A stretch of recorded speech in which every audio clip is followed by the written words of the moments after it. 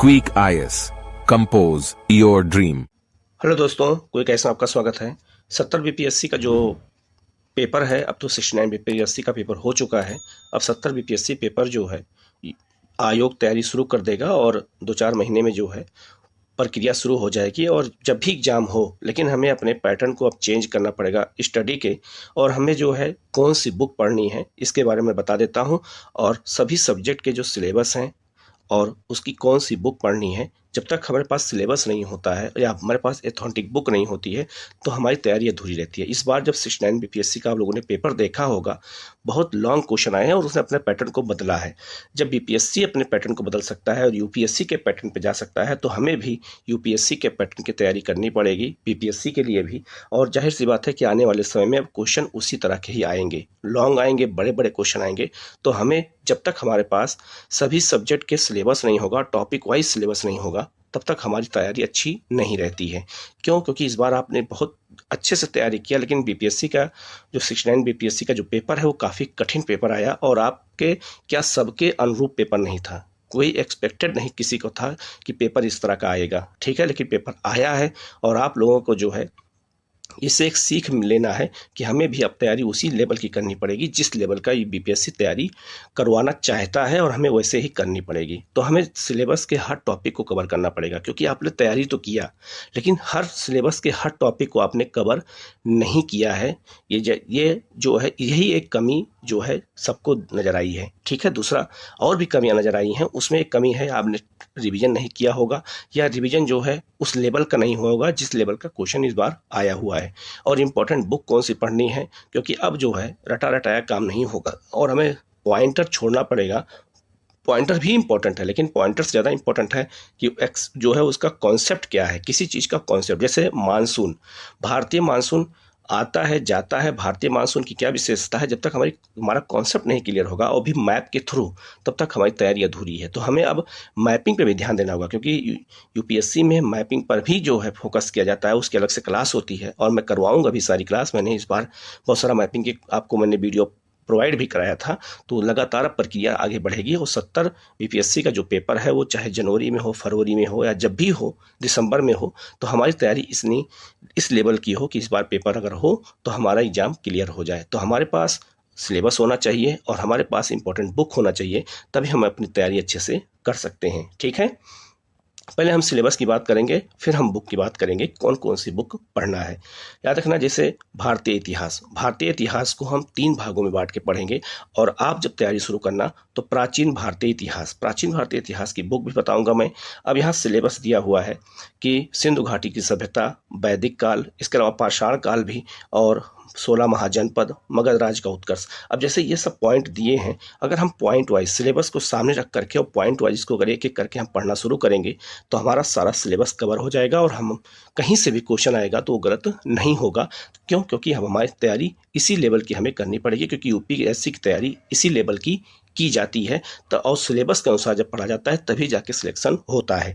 तो ये ancient history का सिलेबस पूरा है, ये मैंने पूरा दे दिया है, इसको अच्छे से देख लेना।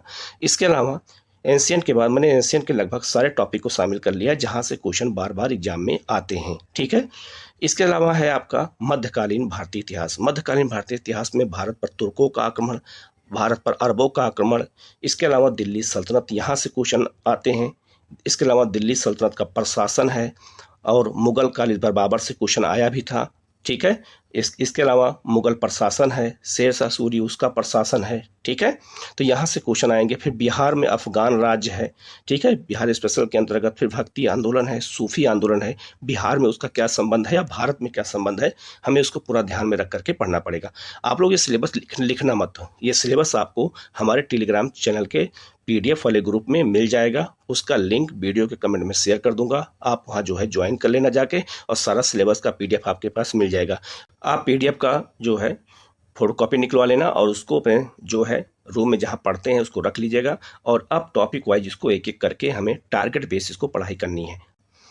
इसी तरह आधुनिक भारत का जो इतिहास है उसमें जो है यूरोपीय कंपनियों का आगमन, चाहे वो पुर्तगीज हो, डच हो, अंग्रेज हो, फ्रांसीसी हो, और इनका बिहार में क्या संबंध रहा है, यहाँ से क्वेश्चन पूछे जाएंगे।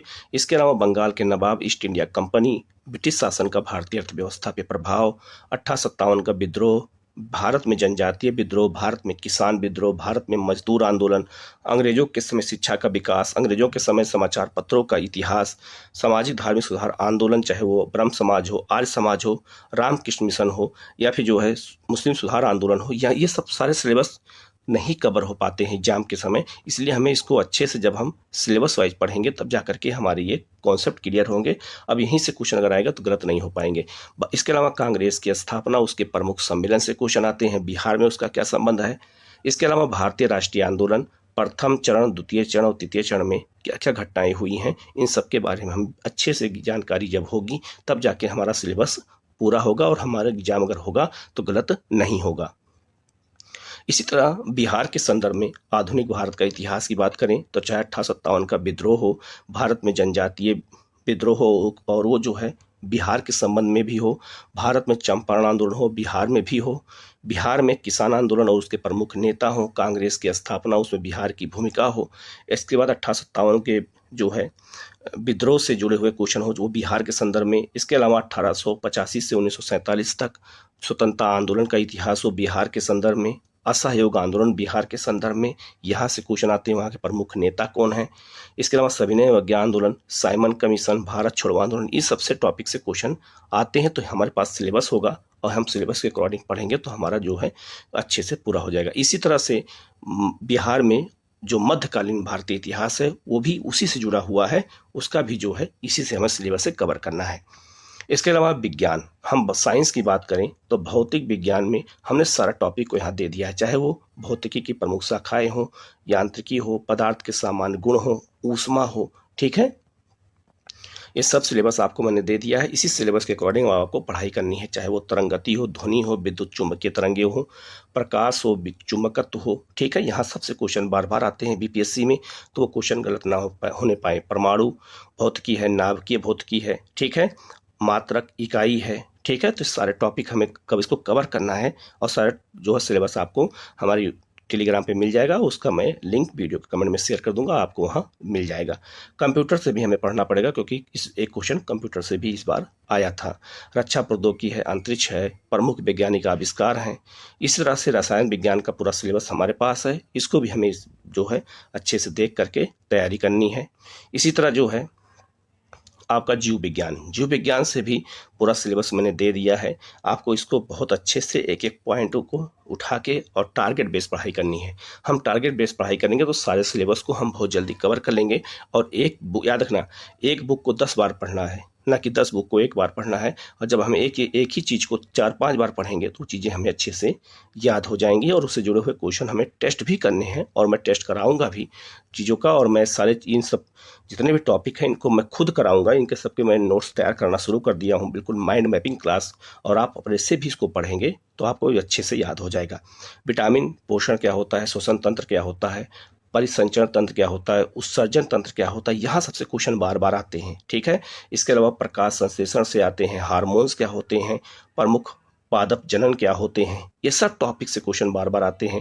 रोग और उपचार क्या है, मतलब कि कौन से वायरस डिजीज है, कौन से बैक्टीरिया है, कौन से फंगस है, या कौन से अन्य जो है रोग होते हैं, ये सब से क्वेश्चन पूछे जाते हैं। तो सबको अलग अलग हम टॉपिक से पढ़ेंगे तो हमें अच्छे से याद हो जाएगा। इसके अलावा विटामिन है, तो ये सब टॉपिक बहुत ही महत्वपूर्ण है और यहाँ से हमें अच्छे से पढ़ना है, ठीक है। इसके अलावा बिहार का हम बात कर लें, बिहार स्पेशल की बात करें तो बिहार स्पेशल हिस्ट्री मैंने बता दिया, लेकिन बिहार स्पेशल में और हमें क्या पढ़ना है, तो बिहार की याद रखना, ज्योग्राफी भी हमें देखना है। तो बिहार की ज्योग्राफी, बिहार का इतिहास, ये सब देखना है हमें। इसके अलावा बिहार की जलवायु, बिहार की मृदा, यहाँ से क्वेश्चन आते हैं। बिहार की नदियों से जुड़े हुए क्वेश्चन पूछे जाते हैं। सिंचाई बहुउद्देशीय परियोजनाओं से इस बार क्वेश्चन रिपीट किया था, जो है वो क्वेश्चन कई बार आया हुआ है। त्रिवेणी नहर के बारे में, आपदा प्रबंधन, वन्य जीव बिहार, ये भी क्वेश्चन आया हुआ था। कृषि पशुपालन, बिहार में खनिज, ये भी क्वेश्चन आया हुआ था। बिहार में प्रमुख उद्योग, बिहार में परिवहन संचार, बिहार में जनसंख्या और जनांगीकी से क्वेश्चन बार बार पूछे जाते हैं, इस बार भी आया हुआ है। फिर बिहार में लोक कला संस्कृति, बिहार में पर्यटन, बिहार में पर्व मेला महोत्सव, इसके अलावा बिहार में भाषा साहित्य, बिहार में शिक्षा स्वास्थ्य, बिहार में खेल कूद, बिहार में राजनीतिक व्यवस्था, बिहार में प्रमुख व्यक्तित्व, यहाँ से क्वेश्चन आते हैं। बिहार में आर्थिक नियोजन और बजट से क्वेश्चन पूछाते हैं। इसके अलावा जिलेवार अध्ययन भी हमें करना है। बिहार की आर्थिक समीक्षा, बिहार की जनजातियाँ, बिहार की झीलें जलकुंड, बिहार के जलप्रपात, बिहार की कृषि और मुख्य फसलें, बिहार की सरकारी योजनाएं, बिहार की पन रिपोर्ट, बिहार के प्रमुख पर्वत, ये सब टॉपिक जो है हम जब टॉपिक वाइज पढ़ेंगे तब हमसे कुछ भी नहीं छूटेगा और हमारा सिलेक्शन होना बिल्कुल तय है। तो इस टाइप की जब हम पढ़ेंगे, अब क्योंकि हमें तैयारी यूपीएससी लेवल करनी पड़ेगी तो हमें ऐसे ही टॉपिक वाइज इसको पढ़ना पड़ेगा और इसका सिलेबस आपको मिल जाएगा। ठीक है, हम लोग आगे बढ़ते हैं और कुछ सिलेबस को देख लेते हैं। इसी तरह भारत और विश्व के भूगोल को हम देखेंगे। जैसे भारत और विश्व के पर्वत हैं, भारत और विश्व के पठार हैं, भारत विश्व के मरुस्थल हैं, झीलें हैं, दर्रे हैं। यहाँ सबसे क्वेश्चन इस बार आया भी है और मैपिंग के थ्रू आया। जैसे भाई विक्टोरिया झील के बारे में पूछा गया, तो अगर किसी की मैपिंग तैयार है तब तो वो क्वेश्चन कर लेगा, नहीं तो नहीं कर पाएगा, क्योंकि वो मैपिंग एटलस के थ्रू वो क्वेश्चन पूछे जाते हैं और ऐसे क्वेश्चन जो है हमें तैयार करना पड़ता है और हमें एटलस भी देखना पड़ेगा, क्योंकि यूपीएससी में एटलस बेस्ड क्वेश्चन आते हैं। इस बार मैपिंग से कम 6-7 क्वेश्चन मैपिंग से थे, तो इसलिए हमें मैपिंग भी देखना पड़ेगा।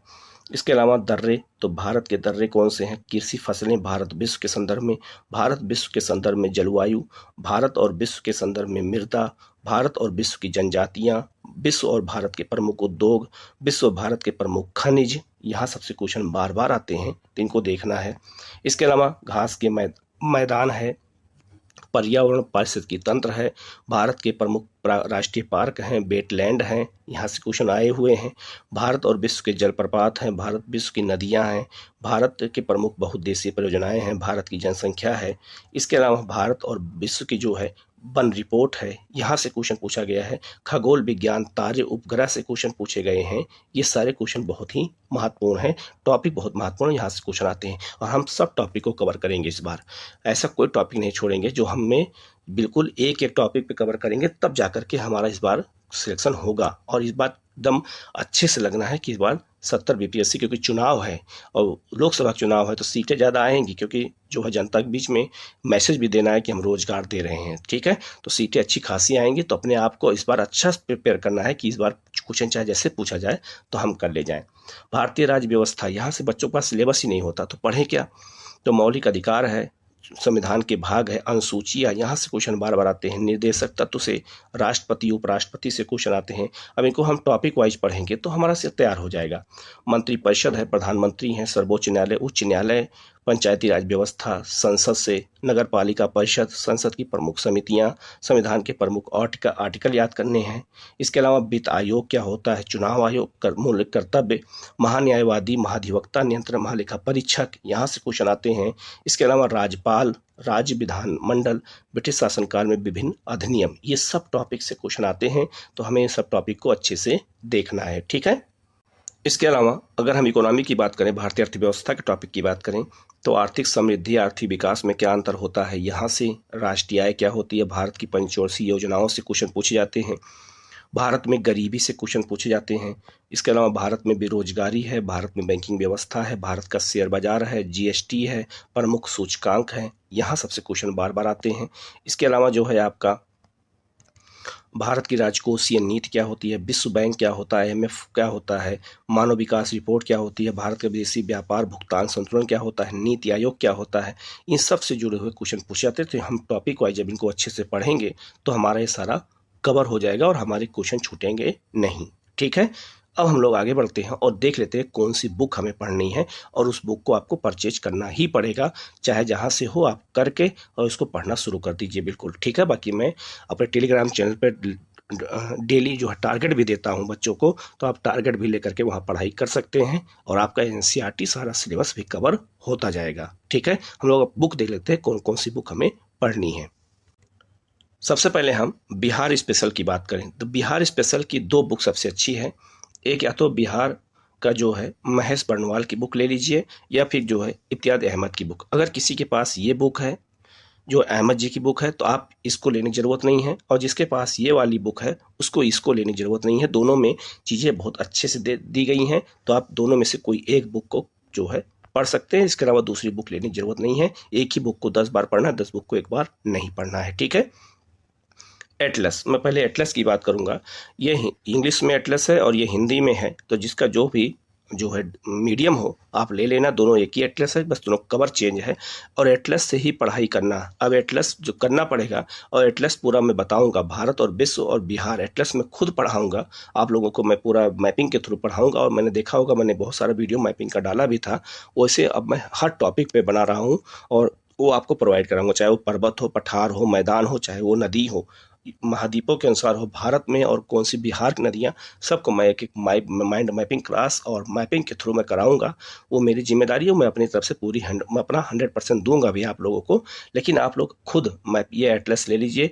एटलस आपको जो है ऑनलाइन भी मिल जाता है, अगर ऑनलाइन सर्च करेंगे तो ये ऑनलाइन भी मिल जाएगा, और ले करके इसको अच्छे से पढ़ना शुरू कर दो और मैपिंग के थ्रू पढ़ना शुरू करो। क्योंकि यूपीएससी के पैटर्न को अपना लिया है बीपीएससी ने, जब वो खुद बदलाव किया है तो हमें भी बदलाव करने की ज़रूरत पड़ेगी। ठीक है, तो ये एटलस आप लोग सब लोग ले लेना, और यहाँ से पढ़ाई इससे एटलस से बहुत अच्छे से पढ़ाई होती है और चीज़ें कॉन्सेप्ट जल्दी तैयार होता है। तो हमें रटार काम अब नहीं देखना है, रटना नहीं है, हमें कॉन्सेप्ट को समझना है। ठीक है, इसलिए हमें एटलस की ज़रूरत पड़ेगी। इसके अलावा हम ज्योग्राफी की बुक की बात करें तो क्लास 6 से क्लास 12 तक की एनसीईआरटी आपको लेना है। ये हिंदी में है और ये इंग्लिश में है, जो आपका मीडियम हो आप इस सारी एनसीईआरटी को ले लीजिए। जो बातें एनसीईआरटी में दी गई हैं वो बातें कहीं नहीं मिलेंगी, और जितनी भी किताबें लिखी गई हैं सब एनसीईआरटी के नोट्स को कॉपी कर करके लिखते हैं। तो इसलिए एनसीईआरटी को बहुत अच्छे से कवर करो, और जो बातें इस क्लास 11 की और 12 की एनसीईआरटी में आपको मिलेंगी, इस एनसीईआरटी में वो कहीं नहीं मिलेंगी। इसलिए एनसीईआरटी को ही पढ़ना शुरू करो, क्योंकि यूपीएससी ने जो है एनसीईआरटी बेस्ड क्वेश्चन आते हैं और बीपीएससी ने उसी पैटर्न को अपनाया है। तो हमें अपने पढ़ाई में चेंज लाना ही पड़ेगा और एनसीईआरटी को हमें पढ़ना पड़ेगा। तो आप एनसीईआरटी को इसको देख लीजिए, इसका पीडीएफ आपको मिल जाएगा। और याद रखना, अगर किसी बच्चे को आप टैब से पढ़ते हैं, लैपटॉप से पढ़ते हैं, तो हम ये जो है एनसीईआरटी का, अब बहुत सारे ऐप आते हैं, अगर आप चाहे तो खुद जो है ऐप ढूंढ सकते हैं, नहीं तो अगर मैं उसका लिंक जो है वीडियो कमेंट में शेयर कर दूंगा, आप वहां से ऑनलाइन भी एनसीईआरटी पढ़ सकते हो अगर परचेज नहीं करना चाहते हो तो। लेकिन एनसीईआरटी पढ़ना तो पड़ेगा। ठीक है, तो ये आप एक जो है क्लास 6 से 12 की एनसीईआरटी पढ़ेंगे। अगर कोई बुक पढ़नी है इसके अलावा, तो एक बुक है आपका महेश बर्णवाल की, ज्योग्राफी की बहुत महत्वपूर्ण बुक है, और वो ये मैंने आपको दे दिया है, ये अब देख लीजिए, ये बुक भी मंगा सकते हैं। इसके अलावा आप कोई बुक मत लीजिएगा। ठीक है, सब जितना एनसीईआरटी आप अच्छे से पढ़ेंगे उतना कॉन्सेप्ट आपका क्लियर होगा, कहीं भटकने की जरूरत आपको फिर नहीं पड़ेगी।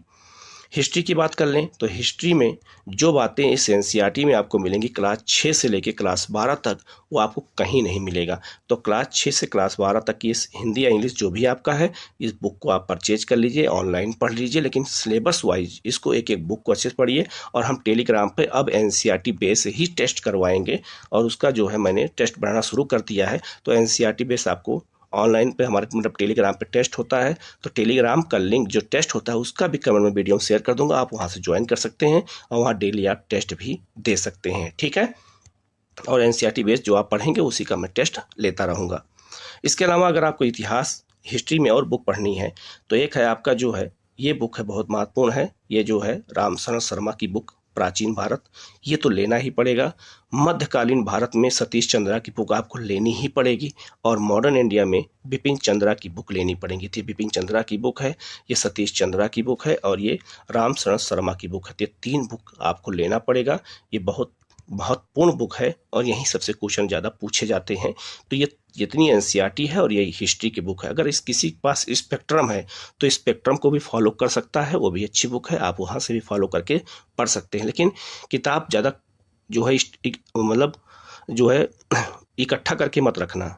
ठीक है, सीमित बुक रखो, लेकिन अथॉन्टिक बुक रखो। जो सबसे महत्वपूर्ण बुक वही मैं बता रहा हूँ, बहुत ज़्यादा भटकाव नहीं रखना है। ठीक है, पॉलिटी में लक्ष्मीकांत की बुक लेनी है और क्लास 6 से 12 तक की एनसीईआरटी लेनी है आपको। ठीक है, इसके अलावा आपको कुछ नहीं करना है और यहीं से आपको पढ़ लेना है। और एनसीईआरटी अगर आप बहुत दूर दराज के हैं तो ऑनलाइन भी मिलती है, तो ऑनलाइन भी इसको परचेज कर सकते हैं, ऑनलाइन पढ़ भी सकते हैं। आपके पास सुविधाएं बहुत हैं, आज टेक्नोलॉजी का ज़माना है, लेकिन बस वही है कि आपको पढ़ना तो पड़ेगा ही। ठीक है, इसके अलावा अगर हम बात करें इकोनॉमिक्स की, तो इकोनॉमिक्स की जो है क्लास 11 और 12 की एनसीईआरटी आपको लेना पड़ेगा। ये 2 बुक लेना पड़ेगा, भारतीय अर्थव्यवस्था का विकास और जो है समष्टि अर्थव्यवस्था, ये अर्थशास्त्र, ये 2 बुक आपको लेना ही पड़ेगा। ये जो इसके अलावा अगर आपको बुक लेनी हो तो इकोनॉमिक्स की सबसे अच्छी बुक है परीक्षा वाणी की, ये आप देख सकते हैं। परीक्षा वाणी की बुक जो है बहुत अच्छी बुक है इकोनॉमिक्स के लिए, टू द पॉइंट चीज़ों को अच्छे से लिखा है और आप इसको पढ़ करके और बहुत अच्छे से समझ सकते हैं। इसके अलावा इकोनॉमिक्स की और जो बुक आपके पास हो, जो भी बुक आपके पास हो उससे पढ़ सकते हैं। अगर किसी के पास रमेश सिंह बुक है, रमेश सिंह की, तो आप उससे भी पढ़ सकते हैं। बाकी परीक्षा वाणी और एनसीईआरटी आप लेकर चलेंगे तो आपका काम हो जाएगा। बाकी मैं आपको नोट्स भी प्रोवाइड करा दूंगा, तो हर टॉपिक वाइज आपको वहाँ से भी काम हो जाएगा, आपको पीडीएफ मिल जाएगा। साइंस की बात कर लेते हैं तो साइंस की बुक याद रखना, साइंस की क्लास 6 से क्लास 10 तक की पहले एक बार एनसीईआरटी आप अच्छे से रीड कर लीजिए। एनसीईआरटी अच्छे से रीड कर लेंगे तो आपके लिए चीज़ें आसान हो जाएंगी, ठीक है। और एनसीईआरटी में जो चीज़ें लिखी गई हैं बहुत बेसिक चीज़ें लिखी गई हैं, तो एक बार एनसीईआरटी आप जरूर पढ़िए। एनसीईआरटी के बाद आप जो है साइंस की जो लूसेंट आती है उसको ले लीजिए। साइंस की लूसेंट ले सकते हैं या अरिहंत पब्लिकेशंस की साइंस की बुक आती है उसको ले सकते हैं। 2 में से कोई एक बुक ले लीजिएगा। वो दोनों बुक बहुत अच्छी हैं, दोनों में बहुत अच्छे से चीज़ों को साइंस के बारे में बताया गया है। आप लोगों के पास वो बुक होगी भी तो आप उसी को रेफर करिए अपने लिए तैयारी के लिए, और ज़्यादा भटकाव मत रखिए। कोई भी एक बुक को 10 बार पढ़िए, 10 बुक को एक बार मत पढ़िएगा।